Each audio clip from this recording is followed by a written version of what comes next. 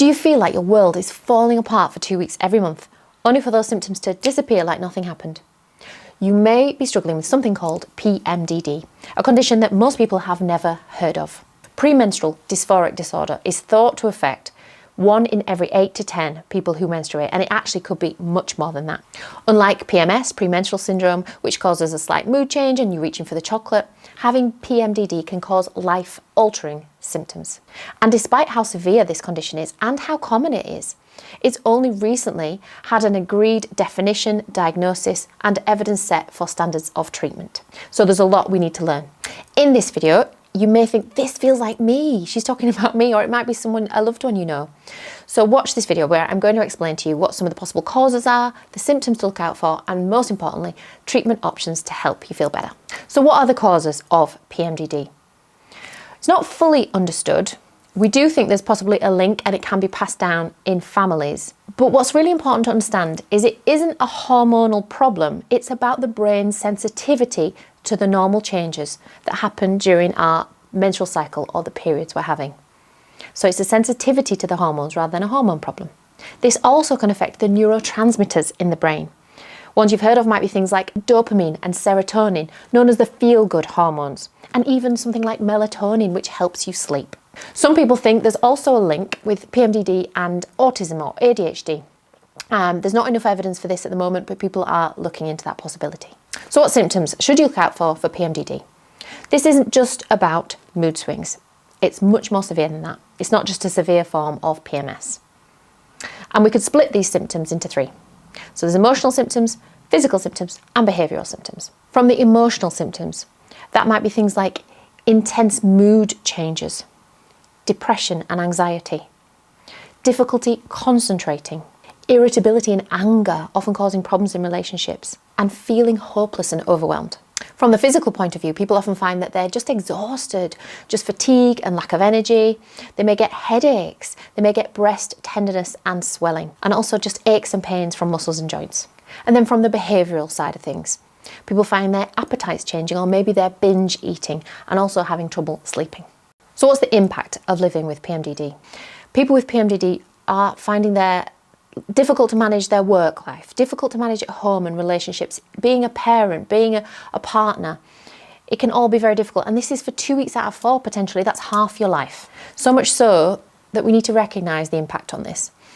And it's thought that nearly 3 out of every 4 people with PMDD have considered thoughts of suicide. So we really need to take this seriously. So we need to know more about it, don't we? We need more awareness of PMDD. And when I say we, I'm talking about doctors like me, families, patients, and people who are going through it. A lot of people are going through it and don't even know what it is. So diagnosis, let's come on to that. How is it diagnosed? Well, it is difficult for GPs like myself because there isn't a blood test I can order, there isn't a urine test that will tell me whether or not you have PMDD. And unfortunately, this means the average wait for someone to get a diagnosis has been 12 years. 12 years, which is incredible and so sad. So we need to get better at that. What I would recommend you do is you need to track your cycle, your period. So get a diary and write down your mood changes and all the other symptoms I'm talking about and see if there is a cyclical link with your periods. So do that for at least 2 months and take that to your doctor and say, I wonder if I might have PMDD. And then we have to make sure we are distinguishing it from other disorders that it can overlap with, such as depression and anxiety. Okay, so what about treatment? When it comes to treatment, it's important to say there's not one treatment that is suitable for every person. So it may be that you find this helpful and someone else with PMDD would find something else different. For everyone, lifestyle changes are going to be beneficial. So kind of focusing on increasing exercise, trying to eat all the right foods, cut down on alcohol, cut down on caffeine. I know it sounds boring, but that can make a difference. Next, you can think about having talking therapy. CBT, cognitive behavioural therapy, has been found to be helpful. And also people find supplementing with vitamin B6 can also be helpful. Other people also find that something called chasteberry is quite helpful, but there's not great evidence for this, but it's something you may wish to try. Another option which works well for some people are hormonal treatments, like the oral contraceptive pill. And this can work well by stabilising your hormones. Your doctor might suggest an antidepressant known as an SSRI. Brand names you might have heard of depending on where you are in the world would be something like Prozac or sertraline. And interestingly, evidence shows that you can take this SSRI medication just for the 2 weeks before your period comes. So you don't necessarily need to take it every day of the month, and that's thought to be just as effective. And it can help with the emotional and the physical symptoms of PMDD. So there's pretty good evidence for that. For people whose symptoms still haven't been well controlled with those treatments, then you can be referred on to see a specialist for a consideration of a trial of something called GnRH agonists. Now, they cause a chemical menopause to kind of stabilize your hormones. You do then need to have a little bit of HRT, hormone replacement therapy, added back in.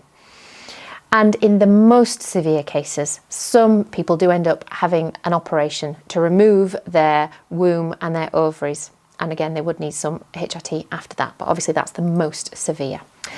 So there are treatment options available. I think the key thing is this awareness. Once you are aware of this possibility, then you can start to seek out support, help, treatment. There are some great support charities available too, and I would really recommend join some Facebook groups, look out for some support, because then at least I think for a lot of people, they think, oh my gosh, I've been living with this, thinking I was crackers, thinking I was alone. And so you're not alone, and help is available. So in summary, although this is a very serious disorder and has been kind of overlooked, there are treatments available and you can get help. So track your symptoms, keep a diary, share that with your doctor, suggest PMDD, and look out for support groups. And know you are not alone in this, and things can certainly get better. Thank you so much for watching. I hope you found that helpful. Do have a look at the rest of my videos on Dr. Sophie GP. Share with anyone else who also might find them useful, and take care of yourself.